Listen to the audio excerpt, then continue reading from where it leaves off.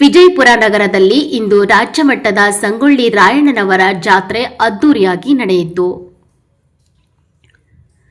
ನಗರದ ಸಿದ್ದೇಶ್ವರ ದೇವಸ್ಥಾನದಿಂದ ಆರಂಭಗೊಂಡ ಸಂಗೊಳ್ಳಿ ರಾಯಣ್ಣನವರ ಭವ್ಯ ಮೆರವಣಿಗೆಯು ಗಾಂಧಿ ವೃತ್ತ, ಬಸವೇಶ್ವರ ವೃತ್ತದ ಮೂಲಕ ಸಾಗಿ ದರ್ಬಾರ್ ಹೈಸ್ಕೂಲ್ ಮೈದಾನ ತಲುಪಿತು.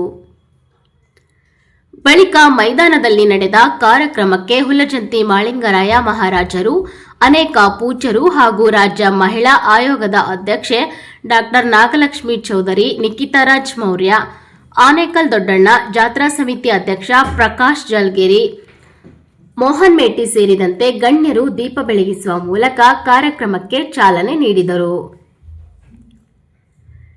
ಜಾತ್ರೆಯಲ್ಲಿ ವಿಜಯಪುರ ಜಿಲ್ಲೆ ಸೇರಿದಂತೆ ವಿವಿಧ ಜಿಲ್ಲೆಗಳು ಹಾಗೂ ತಾಲೂಕುಗಳಿಂದ ಸಾವಿರಾರು ಸಂಖ್ಯೆಯಲ್ಲಿ ರಾಯಣ್ಣ ಅಭಿಮಾನಿಗಳು ಕಾರ್ಯಕ್ರಮದಲ್ಲಿ ಭಾಗವಹಿಸಿದರು. ಮೆರವಣಿಗೆಯುದ್ದಕ್ಕೂ ಸಂಗೊಳ್ಳಿ ರಾಯಣ್ಣನವರ ಘೋಷಣೆಗಳು ಮೊಳಗಿದವು. ರಾಯಣ್ಣನ ಅಭಿಮಾನಿಗಳ ಸಂಭ್ರಮ ಮುಗಿಲು ಮುಟ್ಟಿತು. ಗಲ್ಲಿಗೆ ಇರ್ತಕ್ಕಂಥ ಮಹಾನ್ ಪುಣ್ಯಾತ್ಮ ಯಾರಾದ್ರೆ ಅವರ ಸಂಗೊಳ್ಳಿ ರಾಯಣ್ಣ ಅಂತ ರಾಯಣ್ಣರ ಆದರ್ಶವಾದ ಹಬ್ಬವನ್ನೆಲ್ಲ ಆಚರಣೆ ಮಾಡಕ್ಕೆ ಬಂದಿದೆ ಬಂಧುಗಳೇ.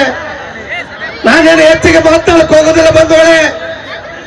ನಾನೊಬ್ಬ ಇಂಡಿ ಮತ್ತು ಕ್ಷೇತ್ರದಲ್ಲಿ ಒಂದು ಮಾಳಿಂಗರಾಯರಿಗೂ ಪ್ರಕಾಶರಿಗೂ ನಮ್ಮ ಅವರ ಎಲ್ಲ ತಂಡಕ್ಕೆ ಒಮ್ಮೆ ಜೋರಾದ ಚಪ್ಪಾಳೆ ಹೊಡೆಯ ಮುಖಾಂತರ ಸಲ್ಲಿಸೋಣ.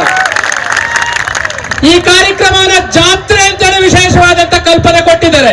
ಜಾತ್ರೆನ ಹಲವಾರು ಬಾರಿ ಬೇರೆ ಬೇರೆ ಕಾರಣಗಳನ್ನ ನಮ್ಮ ಊರುಗಳಲ್ಲಿ ಮಾಡ್ತೀವಿ.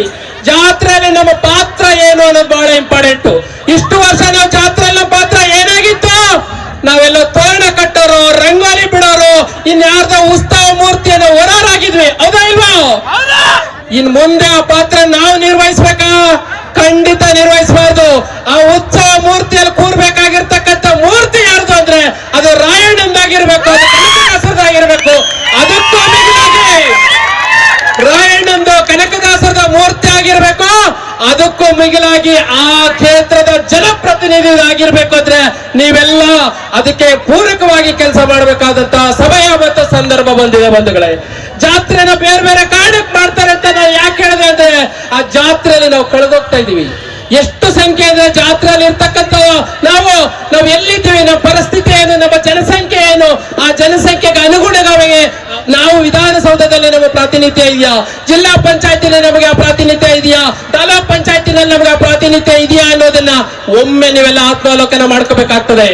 ಅದಕ್ಕೆ ಕನಕದಾಸರು ಒಂದು ಬಹಳ ಸೂಕ್ತವಾದಂತ ಒಂದು ಪದ ಹೇಳಿದ್ರು ಆಗಲೇ. ಬೆಟ್ಟದ ತುದಿಯಲ್ಲಿರುವ ವೃಕ್ಷಕ್ಕೆ, ಬೆಟ್ಟದ ತುದಿಯಲ್ಲಿರುವ ವೃಕ್ಷ